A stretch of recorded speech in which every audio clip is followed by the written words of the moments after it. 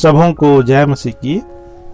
भाई भक्त सिंह की सेवकाई तथा उनके द्वारा लिखित ईश्वरीय भेदों का प्रकाश, दिसंबर 31। आज का वचन, हम सिद्धता की ओर आगे बढ़ते जाएं। इब्रानियों अध्याय 6 पद 1।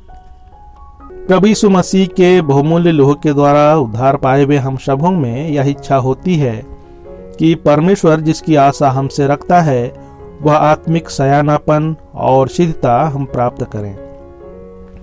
प्रभु यीशु मसीह स्वयं सिद्धता का प्रमाण है और परमेश्वर की इच्छा यह है कि इस श्रेणी तक मसीह की सिद्धता के सोपान तक पहुंचें। इसीलिए परमेश्वर ने हमें उद्धार दिया है, परंतु हम में से अधिकांश लोग परमेश्वर की श्रेणी से बहुत ही नीचे मालूम पड़ते हैं और आत्मिक रीति से बालक ही रहते हैं। इब्रानियों अध्याय 5 पद 11 में भारी हृदय के साथ पौलुस लिखता है, तुम ऊंचा सुनने लगे हो। इसका एक कारण इब्रानियों अध्याय 2 पद 1 में दिया गया है। इस कारण चाहिए कि हम उन बातों पर जो हमने सुनी है और भी मन लगाएं। ऐसा ना हो कि बहक कर उनसे दूर चले जाएं। अंग्रेजी में हसिया में के अनुसार ऐसा ना हो कि वह हम में से बह जाए।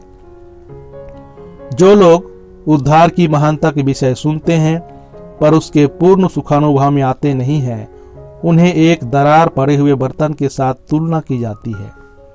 दरार इतनी बारीक होती है कि वह नजर नहीं आती, परंतु उसमें द्रव्य को डालते ही वह बह जाता है। कई विश्वासियों में आत्मिक सत्य इसी रीति से निकल जाते हैं। कितने ही एक कान से सुनते हैं और वह दूसरे कान से निकल जाते हैं। कितने तो घर भी नहीं पहुंच पाते, इस दरमियान वचन बह जाते हैं।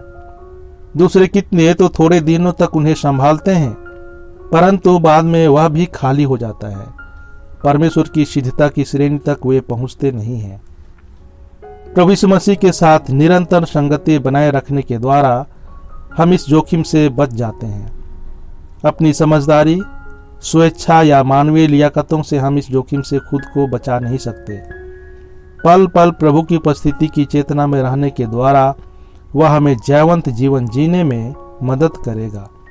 प्रभु आपके साथ रहे और आपको आशीष दे।